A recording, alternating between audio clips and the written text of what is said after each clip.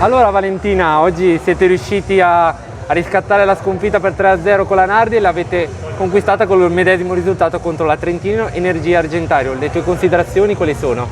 Ma ci serviva perché comunque partiamo in ritardo rispetto alle altre e ovviamente sabato abbiamo affrontato una delle squadre più forti e ancora noi magari non eravamo al top.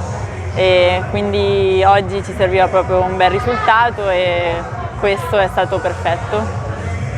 A livello prestazione fisica possiamo dire che abbiamo visto un netto miglioramento rispetto alla scorsa partita.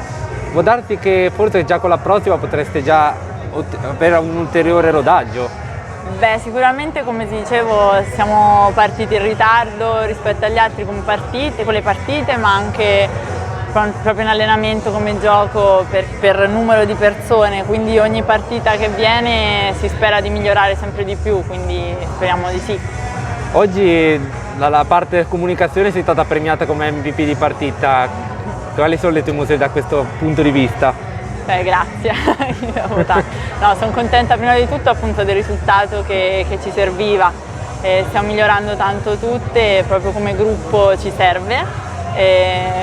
Per me grazie, sono contenta che mi ha dato l'MVP. E la prossima partita sarà già sabato alle ore 18 contro la formazione di Modena e quindi si conclude un po' una bella routine di partite ravvicinate. Sì, e non sarà neanche l'ultima perché poi rigiocheremo anche mercoledì prossimo, le abbiamo tutte così ravvicinate e da un punto di vista fisico magari è un po' stancante, però se riusciamo a prendere bene il ritmo è anche positivo.